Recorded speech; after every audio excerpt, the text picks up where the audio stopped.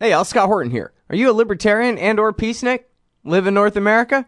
If you want, you could hire me to come and give a speech to your group. I'm good on the terror war and intervention, civil liberties stuff, blaming Woodrow Wilson for everything bad in the world, Iran, central banking, political realignment, and, well, you know, everything. I can teach markets to liberals and peace to the right. Just watch me.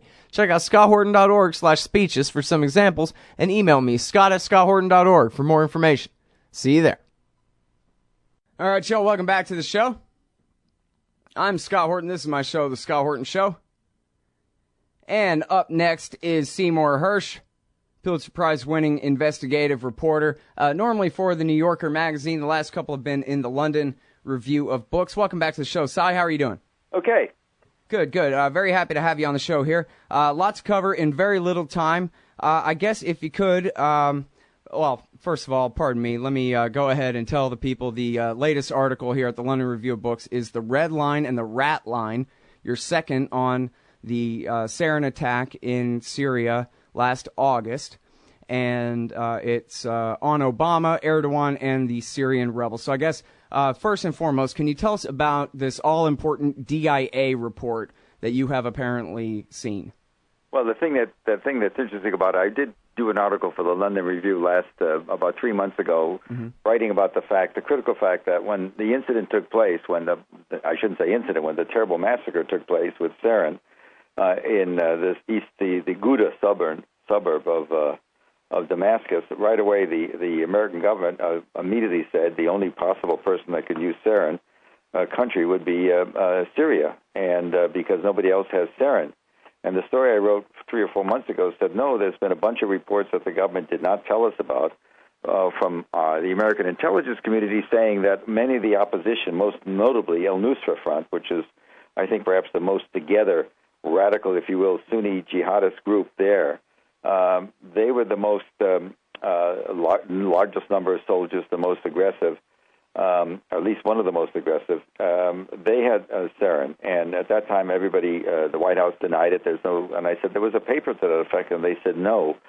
So this time around, I actually had the paper, and the first sentence of this particular document, it was highly like everything's highly classified. It was a brief to the talking point brief to a very senior official in the Defense Intelligence Agency by DIA people. The first sentence begins with this line: the al-Nusra Front Associated Sarin Production Cell, that's a production cell for Sarin, is the most advanced Sarin plot since al-Qaeda's pre-9/11 efforts.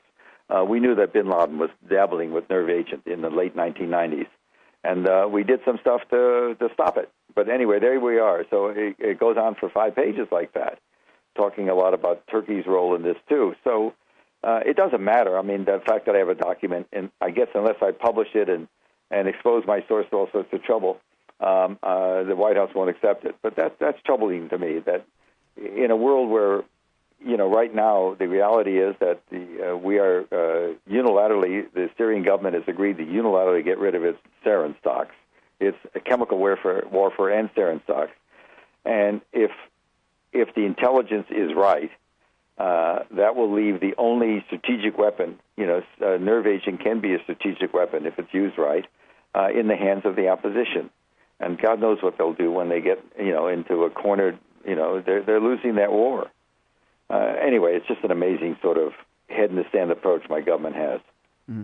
All right, now, on the case against the case that they have put forward, that it could only have been the Assad government, the Ba'athist government that did it, what do you really have on that, aside from this DIA report saying that Nusra, I guess, you know, that predates the attack, that says that they had been messing around with Sarin?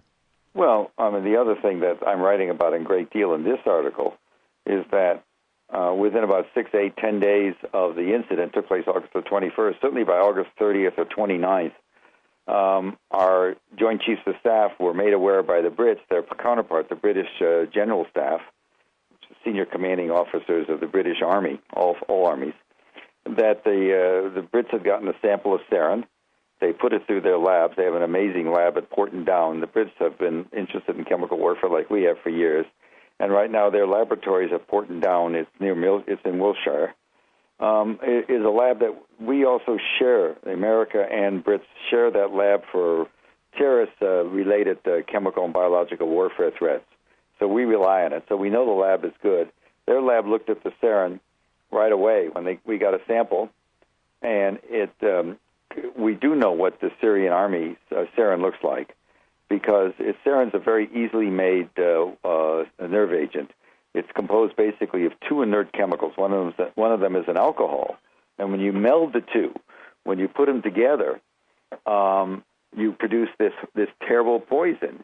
The problem is that amateurs doing it produce what they call a kitchen sarin. It's not nearly as powerful as it could be. It's also very volatile. It's like water. It's very light and easily evaporates, and could be dangerous to work with. In the advanced armies, our chemical corps and the Russian chemical corps, and most countries' chemical corps that are with the Syrian army, you produce additives, specially designed additives that you add to the mix for toxicity, for persistence, for safety and handling. And the sarin that was used in Ghouta, in the suburb of Damascus, did not have those additives. And therefore, it did not come from the Syrian army. This doesn't mean that something, all we could say is that the sarin that was recovered was not from the Syrian army. It doesn't mean something strange could have happened. Some rogue Syrian army element could have broken away and made their own sarin. Doesn't mean the man on the moon could have done it, but it does raise a question about at this point, Obama had finally determined that the use of sarin, all those hundreds of deaths, crossed a red line. He said there was a year before he announced there was a red line that he would, if they crossed it with their use of chemical weapons, that is the Syrian army, he would act. And he decided that was it. And what I write about is the Joint Chiefs of Staff coming to Bashar and saying to him, the sarin doesn't work. It's not dispositive. And also, you have escalated the target package dramatically. And I write about this in some detail. Wait. Hey, hold on 1 second. First of all, I think you just accidentally called Obama Assad, so I want to make sure that we get that straight. But if I can go back to the Russian sample for just a second. I think, it's all over Twitter anyway, that it's a Russian sample, so how can you believe it? But it seems from your reporting here that the UK and the US governments didn't have a problem with the Russian origin of the sample. Oh, my God. Don't forget, we and the Russians were pretty good allies in the 1990s. And when the Chemical Warfare Treaty went into effect in 1997, we pooled information with the Russians. And I can also tell you, I write about this in my article. It certainly did come from a Russian, it was delivered by a Russian source who was described to me by an American as somebody really solid, somebody we all knew, somebody we all trusted. This is not a game. We also had our own information about what was going on inside the Syrian arsenal.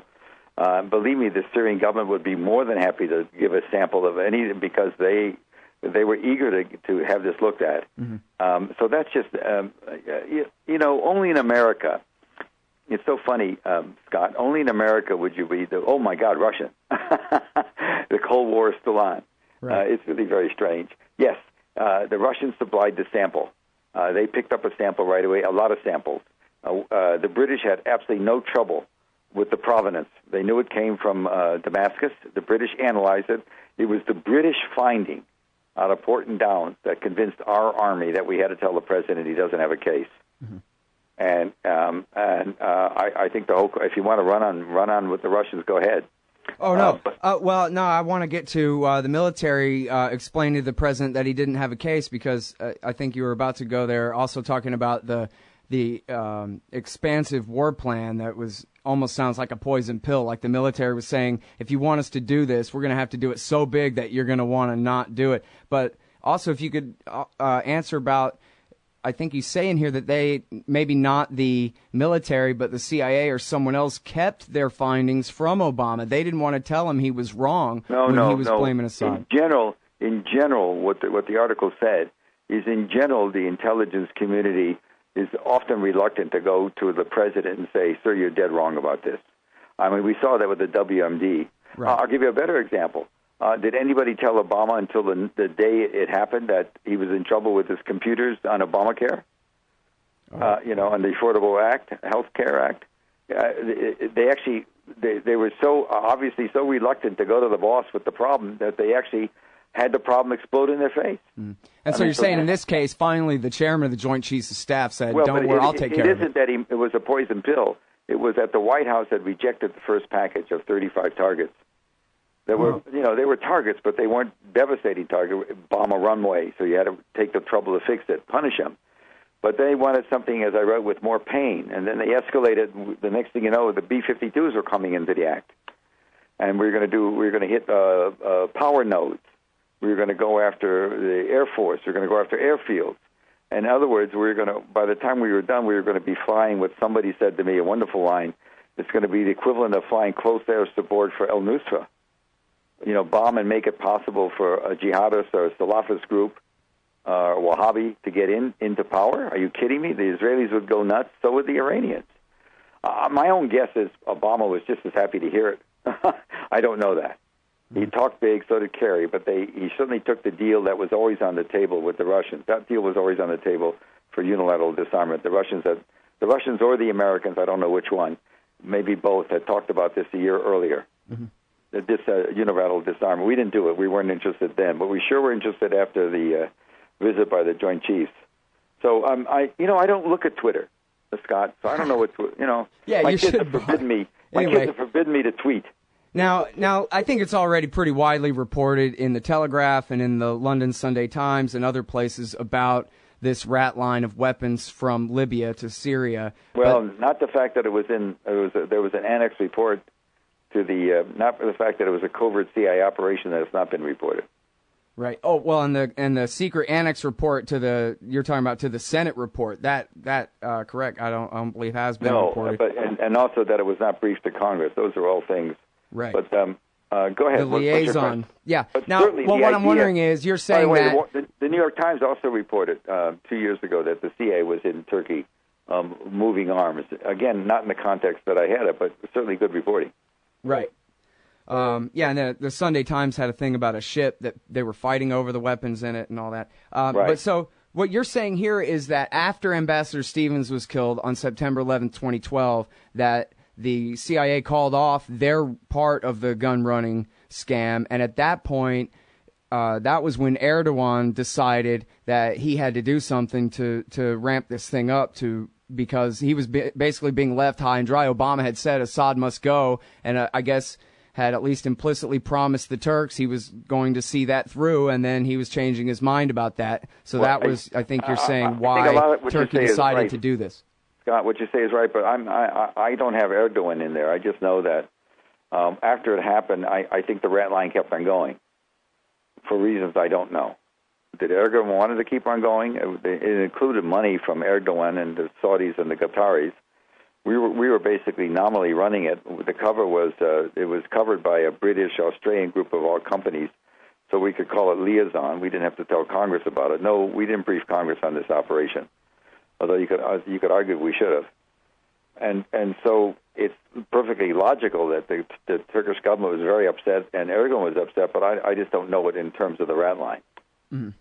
Well, I mean, but you're saying that this is when the Americans kind of quit. This is what motivated Erdogan to go ahead and cooperate, work with the Al Nusra Front in waging this false flag attack. There's a lot of reason to think he was much more involved with them than we thought all along, because he is a little more fundamental than most people realize. He's gone quite a bit to the fundamental side in the last 10 years he's been in office, and which has been a source of enormous problem there inside. He's arrested many officers, and he's in a fight with his arch rival Gulen, who lives here, over the fact that he's moved the country more towards away from being secular. Turkey always was a wonderfully religious state that was secular. It was privately Muslim, always Muslim, but secular. And he's moving it away, getting more religious. And so I think there's been a wonderful couple of articles in the Wall Street Journal about the head of intelligence, a guy named Fidan Hakim, who is very close to the jihadists there in Syria. And so it's certainly a complicated relationship. I can only do one more, Scott, because I got to be somewhere at 4:00. Okay, right. Yeah, I'm sorry for keeping you over here. No, but don't be silly. Don't be silly. I enjoy talking to you always. But okay, great. Well, I guess if you could just nail down for us your best evidence that it was really the Turks who were behind this attack. Well, I don't think nobody. All I can tell you is that there are elements in the American intelligence community who all along worried about what was going on. All along didn't think the White House had a good case. All along were worried that they knew Turkey was deeply involved in supplying. The best guess you have is precisely what Turkey did. Nobody's saying we know Turkey. Turkey wasn't involved in throwing gas on the 21st of August. But Turkey and its army, not his army, it's MIT, its intelligence service, its paramilitary group, the police unit with some sort of paramilitary powers known as Jandarmerie, they were involved in trucking some of the supplies and chemicals out of Turkey into Aleppo, where the jihadists have their base, and then generally helped train and look the other way as various al-Nusra groups were in Turkey trying to buy more of this stuff in large quantities of the precursor chemicals.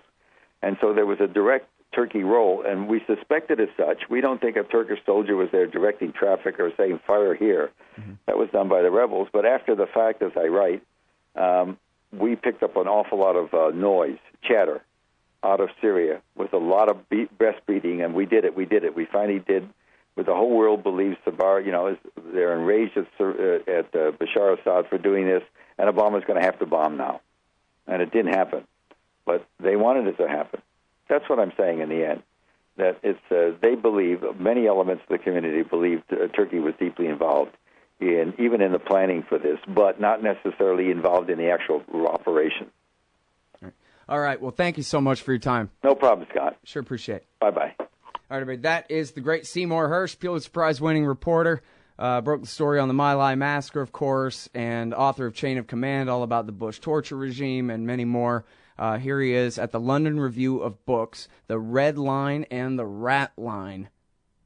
Don't worry about things you can't control. Isn't that what they always say? But it's about impossible to avoid worrying about what's going on these days. The government has used the war on guns, the war on drugs, and the war on terrorism to tear our Bill of Rights to shreds. But you can fight back. The 10th Amendment Center has proven it, racking up major victories. For example, when the U.S. government claimed authority in the NDAA to have the military kidnap and detain Americans without trial, the nullifiers got a law passed in California, declaring the state's refusal to ever participate in any such thing. Their latest project is offnow.org, nullifying the National Security Agency. They've already gotten model legislation introduced in California, Arizona, Oklahoma, Missouri, and Kansas, meant to limit the power of the NSA to spy on Americans in those states. We'd be fools to wait around for the U.S. Congress or courts to roll back Big Brother. Our best chance is nullification and interposition on the state level. Go to offnow.org, print out that model legislation, and get to work nullifying the NSA. The hero Edward Snowden has risked everything to give us this chance. Let's take it. Offnow.org.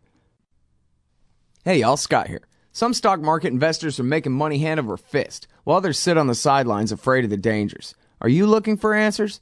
Before you invest $1, I'd like you to take the time to watch this new video from Martin Weiss at moneyandmarkets.com. The video names the 7 riskiest and 4 safest major stocks in America. Learn from the experts and invest wisely. Go to crisis16.com. That's crisis16.com.